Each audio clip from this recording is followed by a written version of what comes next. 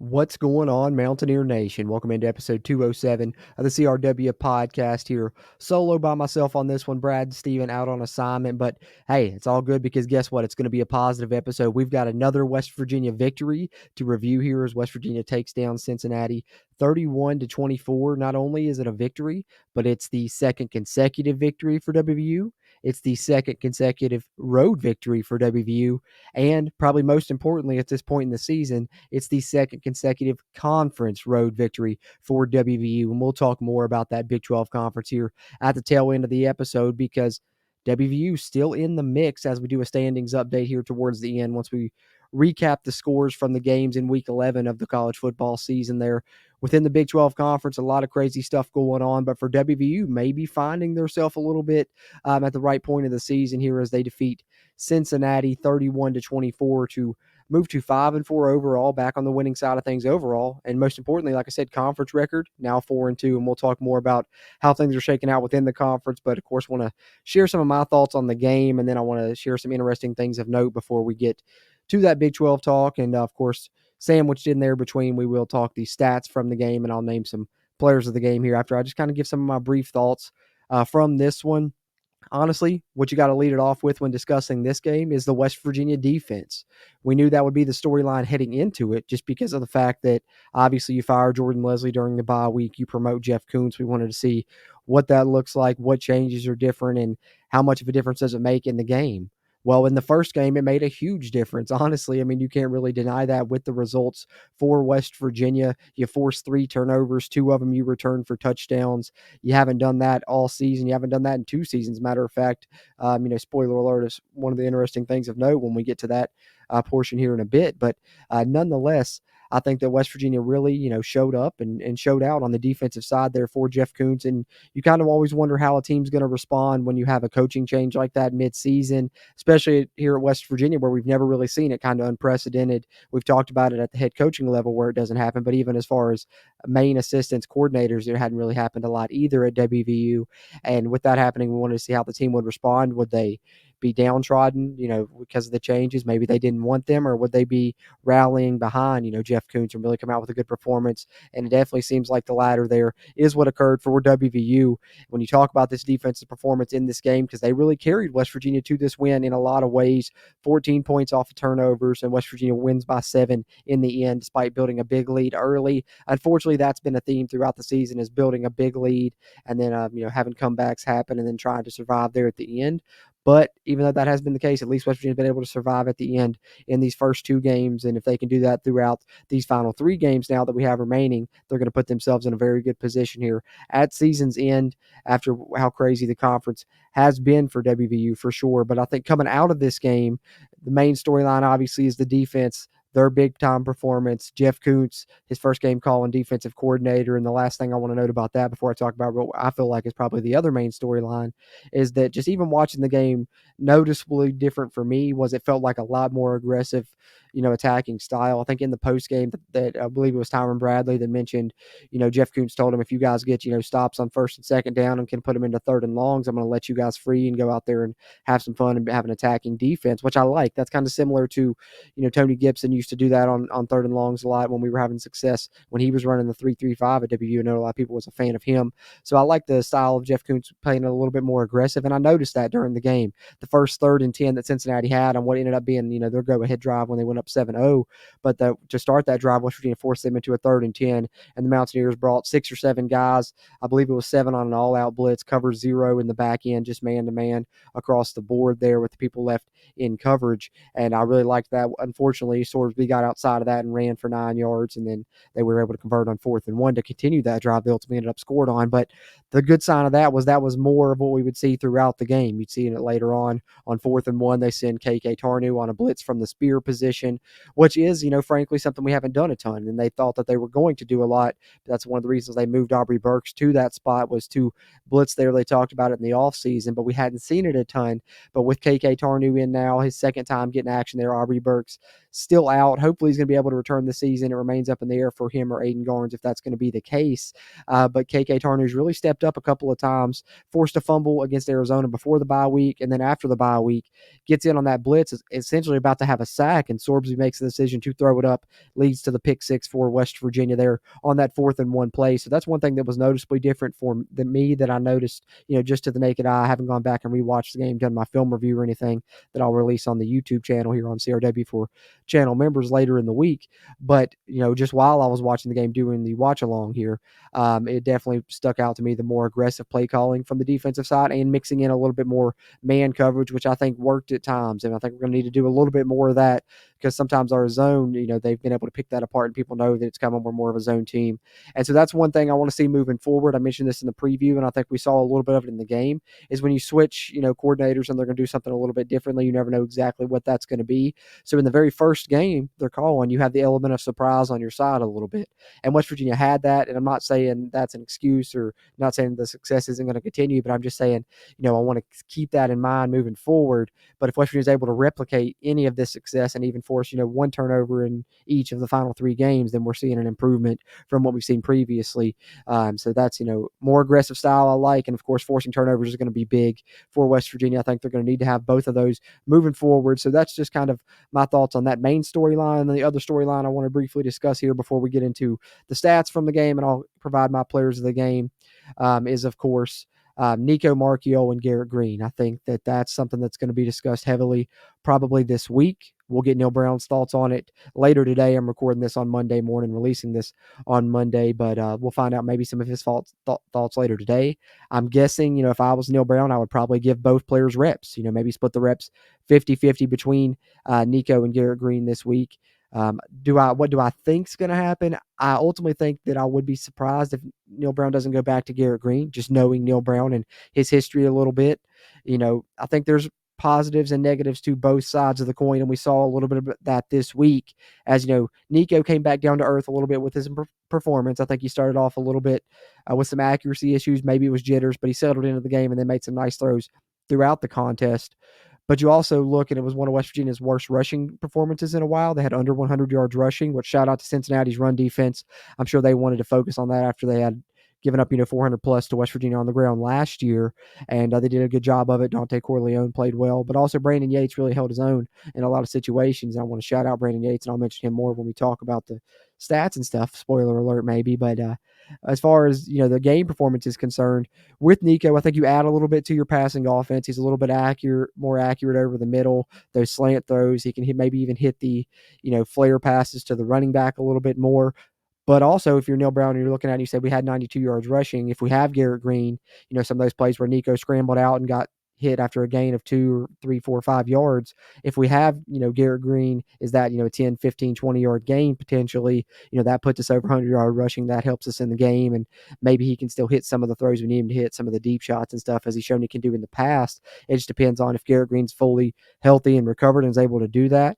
And maybe they'll learn about that through practice this week. But I think that's an interesting storyline heading out of this game now moving forward, especially when you got a quarterback in Nico that's really got good, momentum going right now. If you believe in that, West Virginia's won 2 straight games with him. If you make a change, do you worry about throwing off that chemistry, throwing off that balance that you currently have that's led to 2 straight wins in this conference, when you need to continue to win here in the final 3 games and try and win out as much as possible? So that's something interesting to take note of. And then the last thing I want to mention here, and then we'll get into stats, guys, is just a brief preview of the grades. I always cover these in members only live stream here on the channel for all channel members on the YouTube side of things, which appreciate you guys if you check this out on YouTube. But if you listen on the audio side, be sure to come over to the YouTube where you can get more WVU football content, including becoming a channel member, where you get bonus stuff such as a player grades video where I cover the player grades from the week, the snap counts, injury report, depth chart projections, and also, of course, do a film review and game rewatch commentaries. But having said that, I did want to discuss something to really just kind of drive home how well the West Virginia defense performed in their first game under Jeff Kuntz. And I think you can't avoid the fact that, you fire your defensive coordinator and you come out in your first game with a new guy at the helm that's, trying to maybe position himself to have that job in the future. And you have one of your best defensive performances in 2 seasons, maybe. I mean, it's got to be up there for one of the best in the past couple of seasons. And, even the PFF grades, I just wanted to provide a couple of notes there from it that really drive that home. And this was essentially your highest defensive grade of the season. It's 0.1 behind your defensive grade in Oklahoma State. Your defensive grade as a team in Oklahoma State was 73.9. Your defensive grade in this game against 73.8 was 73.8. in this game against Cincinnati. But most importantly, the biggest difference that I think we saw, and that hopefully wasn't a fluke, because Cincinnati is a good passing offense, and West Virginia's going to see a couple more good passing offenses down the line here in these final 3 games. So we knew passing coverage had to improve. And West Virginia had their highest coverage grade of the season in this game against Cincinnati. So that's a positive sign. Hopefully you can just replicate that moving forward. 74.8 coverage grade, by far the highest of the season. Actually, the only coverage grade this season that West Virginia's had that's been above 70. Your next highest was Oklahoma State at 67.5. So 74.8 coverage grade, highest coverage grade of the season for West Virginia as a team, and essentially the highest defensive grade as a team as well for West Virginia this year. Good debut for Jeff Kuntz. Got to hope you can replicate that, and we'll see what happens at quarterback moving forward. Just kind of my thoughts after this win, 31-24. West Virginia kind of has the defense carry him for the first time this season. But let's dive in a little bit on the numbers, take a look at the stats from the game, and I'll name my players of the game, and then we will talk a little bit about the Big 12. Well, let's do the interesting things of note first before we get into the stats and the players of the game, actually. Let's go ahead and do that. Interesting things of note from this game. Short list here, not too many things, but notable that we need to take note of moving forward, I think. And one of those, obviously, is one we continue to address here on these review and reaction shows, and that is the 16th consecutive game now West Virginia has started with the ball first. This week, Cincinnati wins the toss, defers, as most teams do. We know West Virginia's had an interesting strategy under Neil Brown. It's an analytics-based thing he's talked about where it gives you more possessions on the year, and they like that, so they've continued to try and get the ball first. And, mixed results with obviously a 5-4 record on this season. But, last year you had a positive record and you started doing this there as well, because 16 consecutive times you've gotten the ball first now. So there's one. And then this was WVU's 18th win in 22 games all time against Cincinnati now. So pretty good job in the series there, and especially here as Big 12 mates. West Virginia has won both of those contests. And West Virginia now 3-0 on the road in Big 12 conference play to begin this season. West Virginia's 3-0 record on the road in conference play this year is their best start ever in Big 12 conference road games since they've been in the conference. So got to shout that out there here. And then WVU has now scored 30-plus points in 13 of the last 17 games. So say what you want about the offense at times, especially in this game. You can kind of harp on it a little bit, and we'll dive into that more here as we get into the stats momentarily. But 30-plus points in 13 of the last 17 is a good recipe, especially if you can allow your defense to play well and hold them under 30. I think that's a good sign for you. Look at the scores of the past 2 games. You beat Arizona 31-26. You beat Cincinnati 31-24. So I think for West Virginia, try and hold your opponent under 30. Try and score 30. That's your recipe here, maybe in the home stretch. And then this was the first time a WVU defense has scored 2 touchdowns since 2013. So it had been over a decade you hadn't done that on defense, and you do it with a new defensive coordinator in his debut game. Crazy there. And that last time was at Baylor in 2013 when West Virginia's defense scored 2 touchdowns. This was only the 5th time since 2000 that WVU has had 2 defensive touchdowns in a football game. The pick six was West Virginia's first interception return for a touchdown since 2022. So, been a few years on that one as well. Didn't have a pick six last year either, despite, some good play there from Beanie Bishop at the cornerback position. He did have a couple interceptions. None were returned. So first pick six since 2022. And then your first fumble return for a touchdown since 2015. So close to a decade as well on that one. So that's the interesting things of note from this week I wanted to talk about. Now let's talk a little bit about the stats from this game. As West Virginia gets the 31-24 victory, they move to 5-4 overall, 4-2 in Big 12 play, in what was essentially an elimination game, if I can get that out correctly. Their elimination game within the crazy Big 12 race, which we'll talk more about the Big 12 here momentarily. But team stats from this one, and it's funny because if you look at this box score from this game, you would not think West Virginia won this. It just shows how big the turnovers were in this game, and more importantly, the points off turnovers. West Virginia ran 2 of them back for touchdowns. And good play on special teams for West Virginia in this game as well. We do need to note that Preston Fox had a big punt return and a big kick return. But team stats, only 9 first downs for West Virginia in this game versus 24 for Cincinnati. I mean, you get 20-plus first downs, you expect to win. You have less than 10 first downs, you're not expecting to win that game. West Virginia's offense struggled a bit in this one. That's why I think you really have a little bit of the QB controversy discussion. In the past, if West Virginia won this game. I would have thought for sure you stick with Nico, especially with how he played against Arizona. Not saying he necessarily had a bad game in this one. We'll talk about his performance momentarily, but the offense as a whole didn't perform well. So now I think you maybe have a bit of a controversy to what you do moving forward. Third down efficiency, West Virginia 3 of 11. Cincy ends up 7 of 16, but West Virginia started very well on third down defense. I think Cincy started off the game 1 of 7, 1 of 8, something like that at one point. But WVU did hold them 0 of 1 on fourth down. West Virginia was 0 of 1 as well on fourth down. But I think third down defense looked improved. That's one of the areas I was watching, if you guys remember from the preview, was third down D and red zone D. And West Virginia's third down D was improved despite the fact it ends up being decent for Cincinnati as they came back late in the game. Total yards, Cincinnati absolutely dominated this game in total yardage, 436 to West Virginia's 248. WVU wins the game with less than 250 yards on offense. Been a while since we've seen that one, and also been a while since we've seen West Virginia win with under 100 rushing yards. We know in the Neil Brown era he has a good record when he has 100-plus rushing yards. This time they find a way to get it done with a good defensive performance and a good, Cincinnati defensive line that was holding West Virginia's run game intact. But despite that, West Virginia does pass for 156 yards. They do a good job in pass protection. Shout out to the offensive line, doing a good job there for the most part. 9 of 15, West Virginia throws 15 passes. West Virginia tried to run the football a lot there. You see the numbers. But Cincinnati really dominated the possessions in this game, especially in the second half. West Virginia's defense had to be on the field a lot. Cincinnati throws the ball 36 times, competes 25 of those. They throw for 279 yards in the game. They also win the rushing battle, 157 to the 92. As I mentioned, West Virginia running for under 100 yards. Penalties, 3 for WVU, 5 for Cincinnati.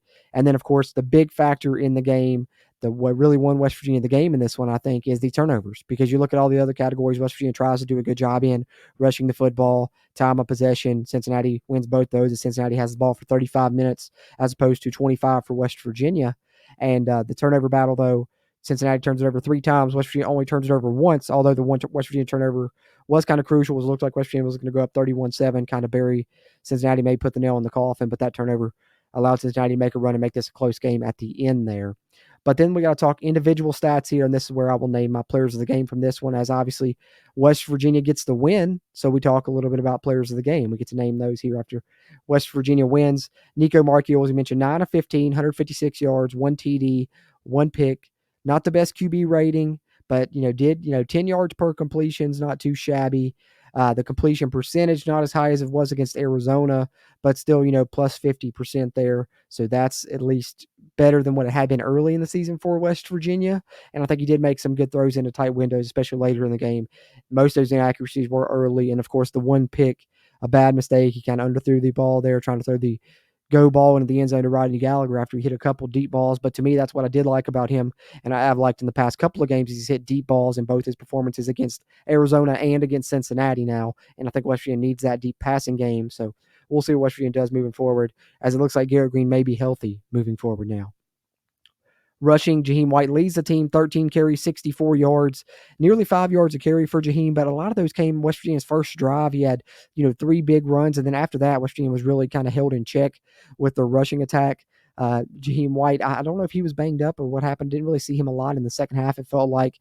And then CJ held to 4 carries, 12 yards. He may still not be 100% as well. Nico does run the football 9 times for 18 yards, but the one big one was the QB draw for a touchdown there in this game, as he does score a rushing touchdown and a passing touchdown. So that's the positive side of Nico's game in this one. But I think, like I said, if you have Garrett Green, do you turn those 18 rushing yards into, at least 40 or 50 and really, maybe help your rushing side of things? So who knows what West Virginia does moving forward. Nico can still help you in the run game. He's shown that, but this wasn't one of his better performances. Cincinnati, I think, was kind of keying on that a lot of the time, but he was able to break free once for a nice quarterback run where he did make somebody miss on that QB draw and get in the end zone for the touchdown. Receiving wise, I think Justin Robinson's really coming on now that he's healthy late in the season. He had the big touchdown catch against Pitt. He had some big plays since then, but hadn't got into the end zone since that time. Now finally gets in again. 2 catches, 60 yards. He catches a slant pass from Nico, who's shown the good, propensity to throw those in the goal line situations, in the red zone situations. He's thrown some nice ones in the past couple of weeks. Puts another one into a tight window to Justin Robinson, who made a nice catch, held on through a tough hit as well to maintain possession and get the touchdown for West Virginia. And then the deep ball. I mentioned Nico had 2 of those. One was to Justin Robinson. That's how he ends up to lead the West Virginia in receiving yards with the 60 yards and the only Mountaineer to catch a touchdown pass. Traylon Ray's lone catch was a 38-yard reception, so continues to be a deep target for West Virginia in the passing game. Cole Taylor targeted a lot in this one, 5 catches, 30 yards. Had some nicely designed screens to him, I thought, but they really just couldn't get loose the majority of the times. He did have 1 or 2 of them that did, and they did help West Virginia on a couple of drives. But, still like the fact that you're trying to involve him in the passing game as he leads West Virginia in receptions. And then Jaheim White, a big play. And what I like about that is, like I said, the run game wasn't getting going, but you do get him on that throwback screen that really helped West Virginia get a score. Kind of send all the motion to the left, a little bit of misdirection, send Jaheim back to the right. He gets the catch and makes a big play for West Virginia. And that's, the second consecutive week you've got the ball to Jaheim in another way. Last, game, it was against Arizona on a jet sweep. This time it's a little throwback screen and getting him involved a little bit in the passing side of things for a 28-yard reception. So there's the offensive numbers for West Virginia. And, I think, maybe you could give it to Nico. He does score 2 TDs, but I think, some of the other performance was a mixed bag, but I think he definitely got to be a candidate for the player of the game in this one. Jaheim's obviously, my favorite player, but I don't want to be biased. I feel like I'd be biased giving it to him. Good performance from Justin Robinson, but I'm going to go a different direction. I kind of said spoiler alert earlier, and that was because Brandon Yates. I mentioned him, and I think it deserves mentioning because he was matched up against Dante Corleone, and West Virginia, did score in that quarterback draw. That's, involves him having to hold Corleone, and a lot of the times there weren't really any errant snaps. As Cincinnati's running that 3-down lineman look now with Tyson Vite as their defensive coordinator, who came over from Iowa State. And, with the man right in front of him, over top of him, sometimes he had struggled with snaps. He really got that corrected in this game. And the man that was over in front of him and over top of him was one of the best defensive linemen and one of the best nose tackles, not only in the conference, but in the nation, in Dante Corleone. And he didn't really make too big of an impact until, later in the second half of this game, he made a couple of plays. But I think Brandon Yates did a good job. So shout out to West Virginia offensive line and pass protection, and shout out to Brandon Yates for his performance in this one. We've kind of had to harp on him a little bit at times this season, but I thought he had a great bounce back, and I hope he continues to play that way moving forward on the rest of the season. So, Brandon Yates, shout out to you, man. Player of the game for me on offense, which we'll talk a little bit about the defensive numbers now.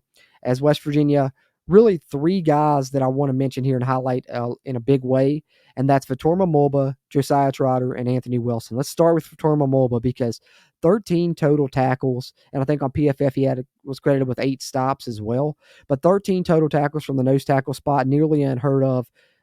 Awesome performance from Vitorma Mulba, who's really came on in recent weeks and stands out for West Virginia yet again. 13 total tackles and a half a TFL. Josiah Trotter continues to be one of the best linebackers in this conference, in my opinion. I think he's having a potential freshman All-American type season. The redshirt freshman continues to be, West Virginia's leader in tackles on the season, as he has 12 total in this game and gets a TFL and a half in this one as well. And then Anthony Wilson, you got to shout out his performance. 11 tackles, 6 of those being solo, and of course the big pick 6. He may have recovered a fumble, if I'm not mistaken, as well. Can't 100% remember in this one. But Trey Lathan, a sack and a TFL of his own. Good pressure. Looked a little bit like the Trey Lathan that we saw at the beginning of the 2023 season. He's starting to come into his own. Shout out to Garnett Hollis, man. He gets a pass deflection in this game. I thought a lot of times he was really around the ball, and even some passes Cincinnati completed, I remember saying, hey, he was, some of the better coverage I'd seen from him. I think maybe that was because West Virginia doing a little bit more man coverage, and I think he maybe is a little bit better at that than more than his zone corner. Tyron Bradley continues to perform well for WVU. He obviously recovers the fumble that runs it in for a touchdown, so he scores a defensive touchdown for the Mountaineers. He's really had a great season at the spur position.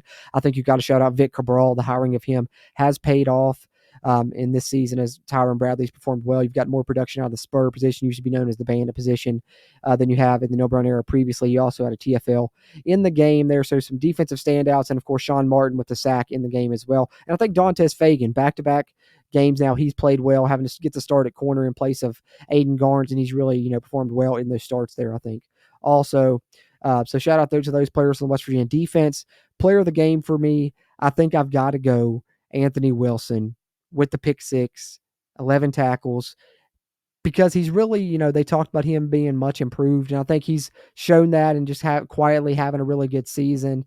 I think Mulba and Trotter are the more obvious picks, and Mulba's really had a strong coming on party here late in the portion of the season for West Virginia and continues to play well. And Trotter, you could probably name him your defensive player of the game every week, but I think Anthony Wilson being, Johnny on the spot, getting that pick, running it back for a touchdown, but also you look at that play, and prior to that, he's the same man that forced the 4th and 1. that then, allowed him to get that pick and then, really changed the game a little bit for West Virginia in this one. So shout out to Anthony Wilson. I'll give him my player of the game on defense.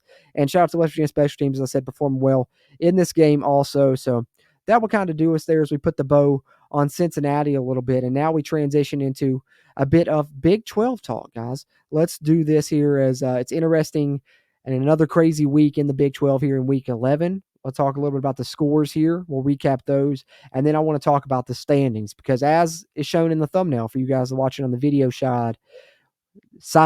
what's a shide? Sound like Sean Connery. But West Virginia still in the mix in the Big 12 race, very much so. After I said that was maybe an elimination game, West Virginia now 4-2 in conference, and we'll talk about the standings momentarily. But first, let's talk about the scores from Week 11 in the conference here. Obviously, we covered West Virginia's 31-24 victory over Cincinnati. But as we mentioned, you needed to be cheering, for Iowa State to pick up another loss or two. Man, do they pick up one to Kansas? Kansas, I think we talked about them being like maybe the best 2-win team in the country prior to this game. They've been ahead in the fourth quarter in every game except for one of their season prior to this one. And obviously they continue that ahead in the fourth quarter of this one as Jalen Daniels seems like maybe he's knocked some of the rust off. Kansas gets a win, and they were in Arrowhead Stadium, 45-36 over Iowa State, who did rally, but it's 2 consecutive losses for Iowa State, which has really opened up the door for a lot of teams in the Big 12. Maybe we manifested this one, spoken into his existence. Shout out to Brad, one of the co-hosts here on the CRW, who also picked Kansas, tried to help me manifest this victory as we knew would be good for West Virginia, and it happens. Kansas takes down Iowa State, but we also needed Texas Tech to get a win, and we needed them to continue to win because we play them and then could beat them head-to-head, but they fall to Colorado. But not all hope is lost. Talk about that momentarily here as we talk about the standings, but Colorado beats Texas Tech 41-27, and yet again, another week I've got to eat crow on Colorado. Unfortunately, didn't think they were going to be, much this season, and they're looking like one of the best teams in the conference. 7-2 overall, and they're sitting alone there at second place right now. They do have, 3 games left in the season, and who knows what could happen after we've seen some crazy upsets throughout the Big 12 here in the past couple of weeks. Arizona State, also a team that's still in the mix, as UCF can't quite get it done there in the fourth quarter. Arizona State outlasts them. And you could say BYU is the surprise of the Big 12, but you could also say Arizona State is the surprise of the Big 12. Maybe you throw Colorado in the mix there, but I think there were some people preseason that were a little bit higher on Colorado. So I think Arizona State and BYU more of a surprise, but Arizona State finds a way to get it done yet again at home in Tempe. And Kenny Dillingham has Arizona State still in the mix, as we'll talk about the standings momentarily, with 35-31 victory over UCF. Oklahoma State, unfortunately, reeling right now. You guys know I gave up on picking them this week. Mike Gundy usually finds a way to get things right, correct the ship. Hasn't been the case this season, and who knows, man. They're winless in Big 12 play. Let's hope they find a way to get a conference victory before it's all said and done. But no shot this week as TCU rolls them in Fort Worth 38-13. And then the Holy War. This game, man, did it generate some controversy afterwards? I think it's more so than anything what we've talked about a lot on the CRW podcast. You've been following us throughout the season here, is the Utah fan base being a little bit absurd, a little bit obnoxious. And we talked about that through the offseason. That's one of the reasons leading into the season we weren't high on Utah, didn't think they'd win the conference like Utah thought they'd come in and dominate. And yet again, they did play well in this game, and you got to shout them out for that. They led BYU for a lot of this one, but BYU seems like a team of destiny. A lot of people are now comparing them to TCU when they made the playoffs, so, a couple of seasons ago. And BYU, yet again, finds a way to get it done late in this game. Avoid the upset in a rivalry game, and I mentioned in a preview for this one, I thought it would be close because despite BYU being really good this season, you never know what can happen in these rivalry contests. And they found a way to get it done in the end, 22-21 over Utah. Utah was upset over a holding call that they thought wasn't defensive holding, but I think, you've seen replays of it. You've seen it slowed down now. Certainly looked like defensive holding to me, but the real crazy thing coming out of this game was the Arizona athletic director, his crazy comments as he sat down at the podium, unannounced, unprompted, unscheduled, to really, go in at the Big 12. Talk smack to them about, being in the conference and, saying they didn't want to be in this conference. They, thought they were getting, a fair conference. Don't feel like it was fair. And, you look at it, first of all, it was holding, but also to me, this just kind of echoes what we've talked about all season, and it starts at the top. Obviously, the Utah fan base isn't going to be that great when you see that's the guy leading, kind of their athletics there at Utah. The athletic director sits down and goes in. I think he got a $40,000 fine, a public reprimand after those comments, but Utah now 1-5 in conference, bro. I mean, now's not the time to be doing that and saying you think you're better than this conference and being pretentious and all that after you've came in with that attitude from the beginning, and now you're 1-5 and you want to come out and complain about a call that wasn't frankly that bad of a call in my opinion. But we're a pro BYU podcast anyways here, so we're glad to see BYU get the win 22-21. So there is the recap of the scores this week, but more importantly, we have to talk now about the Big 12 standings, because after some crazy results yet again, and West Virginia finding a way to get it done yet again for the second consecutive time, and now West Virginia, 3 games left. They're trying to win out. If they find a way to do it, they're going to be in the mix, because if we look at the standings here, BYU alone at number 1, obviously 9-0, 6-0 in conference. Colorado at number 2, alone with the 5-1 conference record currently, 7-2 currently on the season. But you see here, tied for 3rd as far as conference records are concerned, which creates big tiebreaker scenarios, because yes, West Virginia lost to Iowa State and Kansas State, but if there's at least 3 teams in the tiebreaker, which is looking like it could be the case, whether it's West Virginia, Arizona State, and Iowa State, or Kansas State, or West Virginia, Kansas State, and Iowa State alone, head-to-head isn't really factored in there. So West Virginia still has a chance to talk more about that momentarily. But Iowa State, Kansas State, Arizona State, and West Virginia, all 4-2 in conference there. So all essentially tied for 3rd in the conference, despite the fact that Iowa State, Kansas State, and Arizona State are 7-2 overall. West Virginia is still in the mix because they've done a good job in Big 12 play with their 5-4 overall record. And then you look down here, Texas Tech, 6-4 overall, 4-3. TCU, 4-3, 6-4 overall. Baylor, 3-3 in conference, 5-4 overall. Cincinnati, 3-3 and 5-4 at 10. And then you get down here into the bottom portion where Houston having a better season than expected. They're 3-3 in Big 12 play at 11th. Kansas gets a conference win, moves up to 12. They're 2-4 in conference.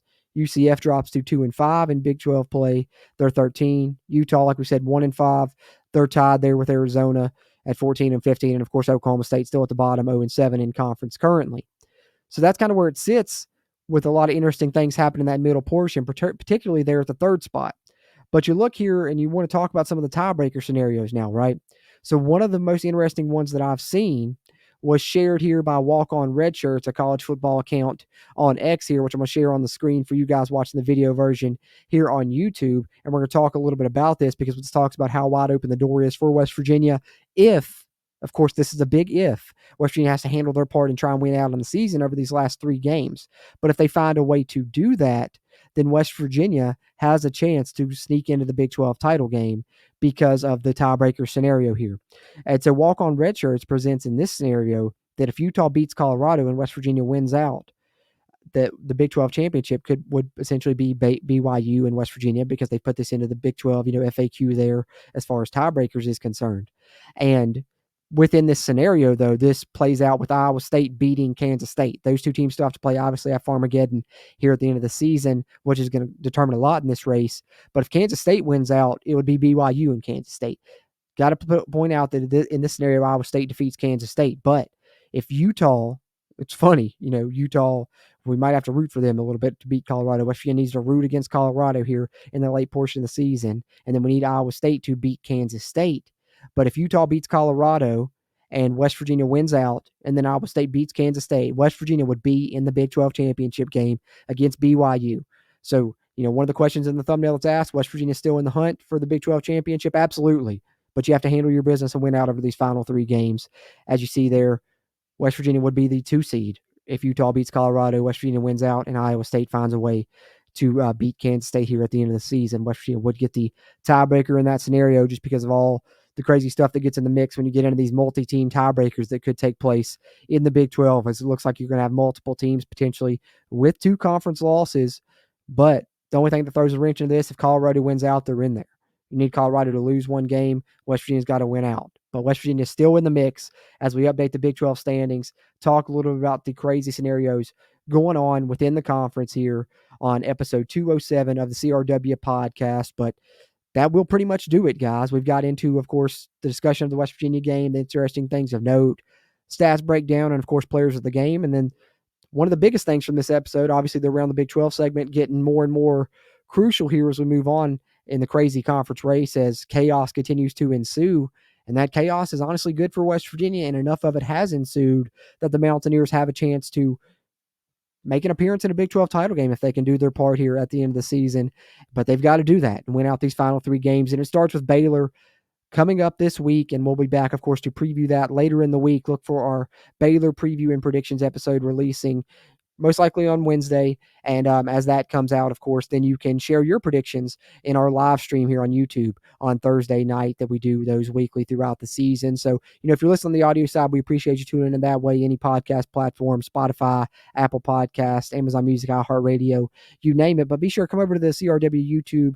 Give us a subscription. You can get a ton of extra content, including some really bonus content if you become a channel member here. But if you do tune in on that video side, be sure to give us a like, hit the thumbs up button on the video. That helps a ton with the YouTube algorithm, helps this find more Mountaineer fans, which is always the goal here as we continue to try and grow the CRW community and get others to come along and chat about WVU football with us, which we'll continue to cover throughout the end of this season as West Virginia seeks to remain in contention for a potential Big 12 championship game appearance coming up this week against Baylor, and we can't wait to talk about that game on the CRW, and interested to hear your all's thoughts on it as well. But throw your thoughts on this game or the Big 12 standings and as things sit right now within the conference in the comments below. If you are watching on the YouTube video, if you're on the audio side, leave us a rating. We appreciate that. But I'm going to get out of here, guys. That's all I've got here for episode 207, our Cincinnati review and reaction. But hey, another fun one, another positive one to talk about as West Virginia finds a way to win, and we hope they continue to find ways to win at the close of this season, and we'll see how they go about that moving forward as we cover the Mountaineer football season.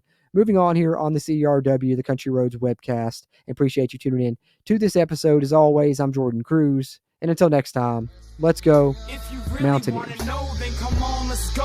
Take a stroll down those